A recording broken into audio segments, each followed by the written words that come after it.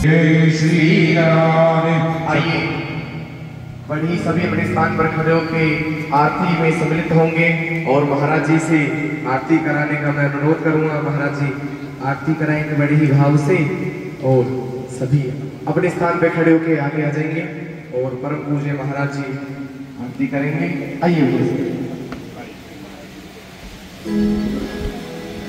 ओम चंद्रमावन सोजादृशो सूर्यो अजायता श्रोत्राद्वार्ष प्राणश मुखा अग्निरजायता। बोलिए भागवत भगवान की, बोलिए गुरुदेव महाराज की।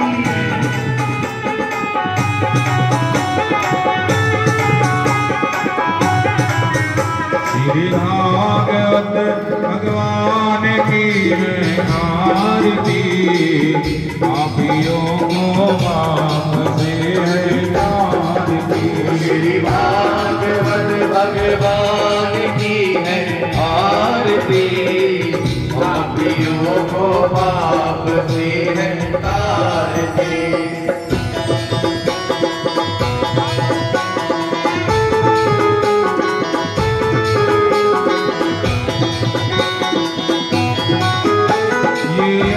गांधिये मुक्ति बांधिये पंचम वेद निराला, नव ज्योति जगाने वाला।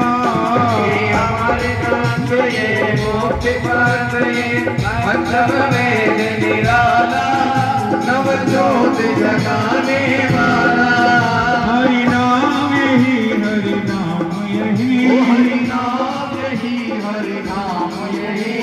जग के मंगल की आरती, पापियों को माफ से है तारती। श्री भागवत भगवान की है आरती, पापियों को पाप से है तारती।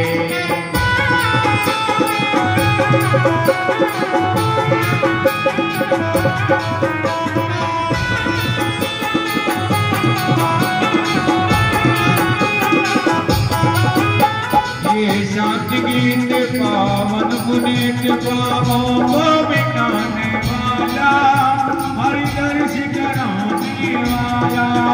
ये शांति गीत पावन पुनीत पापों को मिटाने वाला, हरि दर्श कराने वाला। ये सुख करनी, ये दुख हरणी, ये सुख करनी, ये दुख हरणी। मधुसूदन की आरती, पापियों को माफ से है तारती। श्री भागवत भगवान की है। भूग्रंथ सेतम कपीत जम्बू प्रचारक्षम मातृ विनाशकारकम नमामि विघ्नेश्वर प्रभुपादं। मंच पर उपस्थित व्यास जी, स्वामी आत्मानंद जी महाराज और सभी देवी और सज्जनों, भागवत कथा जो है मुक्ति का ग्रंथ है।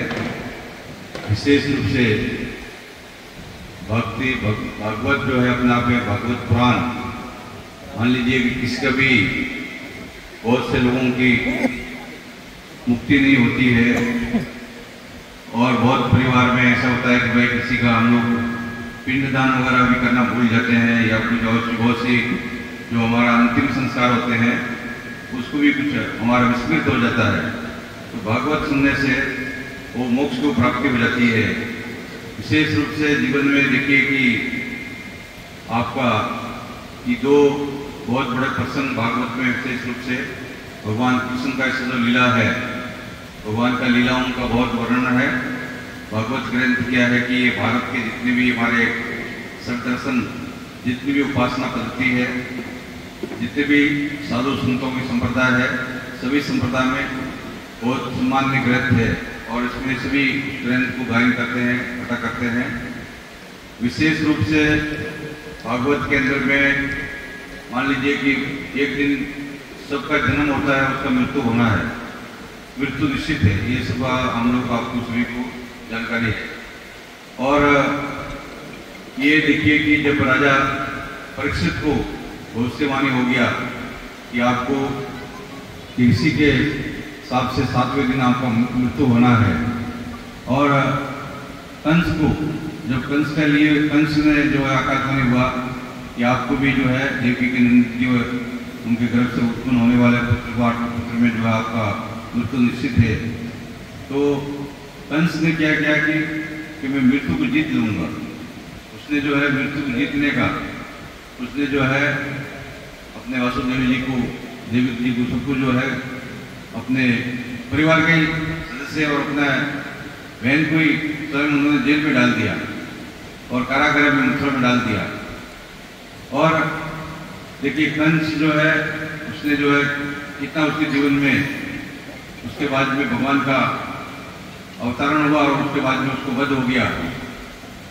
परंतु राजा परीक्षित उनको जब हुआ है आकाशवाणी कि भाई कोई कलयुग का प्रभाव होने से आपके ऊपर में जो है प्रभाव पड़ गया है तो आपका मृत्यु निश्चित है।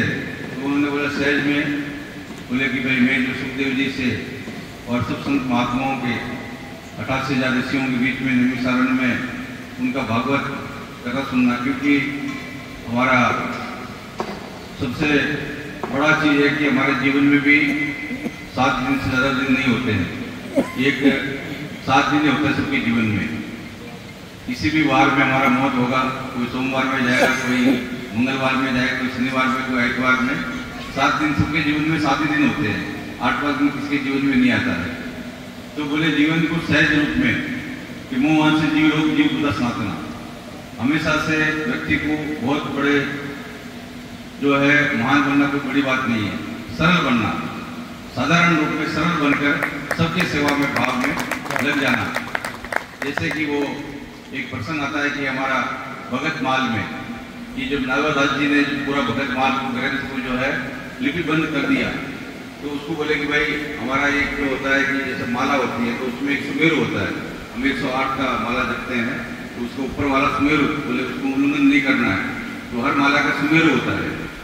तो इनके मन में एक आया कि भाई हम लोग अभी पूरा हुआ, तो वो अपने गुरु जी के पास आकर बोले कि ये पूरा ग्रंथ तो भगत माल का सब भक्तों का वर्णन उसमें आ गया और इसमें ये भगत माल का पूरा ग्रंथ पूरा हो गया है, परंतु इसमें सुमेरु का कमी है।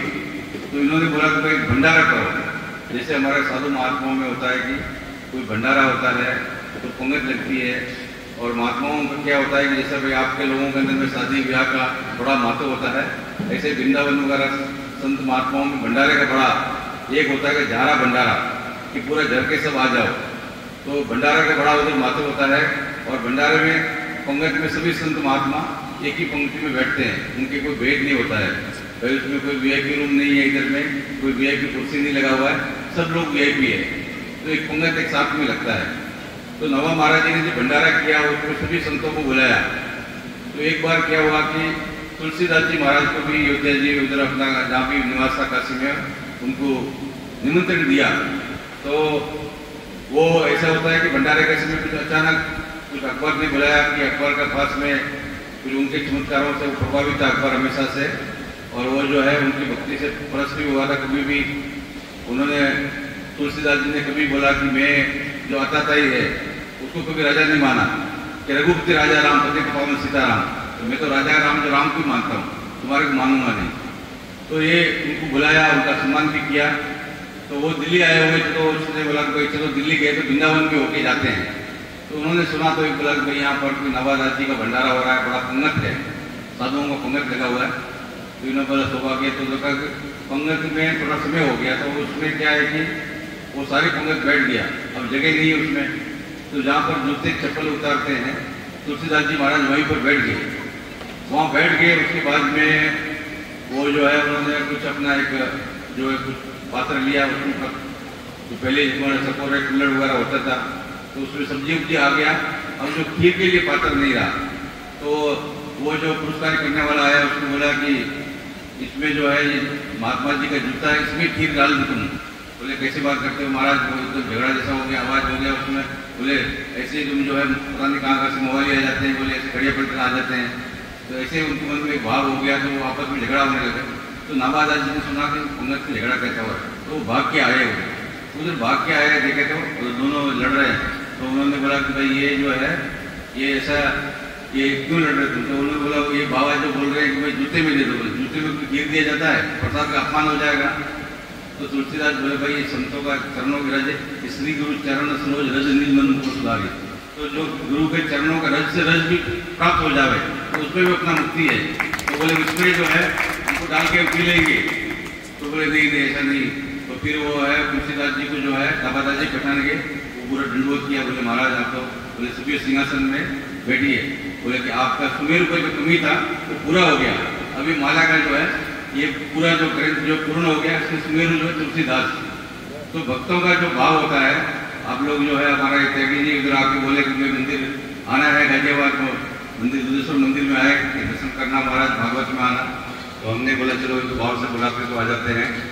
तो इस रूप से क्या है कि जीवन में सबसे बड़ा ये होता है कि भाव से भक्ति से हमारा वैदिक सनातन धर्म की परंपराओं में कि मुँह से जीव लोग जीवता सनातना, हम लोग सभी सनातनी हैं।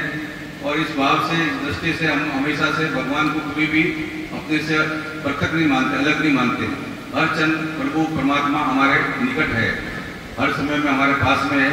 ऐसा हमारी अनुभूति स्वयं अपने मन की होती है कि अपने घरों में हम पूजा रखते हैं, छोटे छोटे भगवान को रखते हैं, चाहे लड्डू गोपाल हो, चाहे भगवान रामकृष्ण जी हो, राधा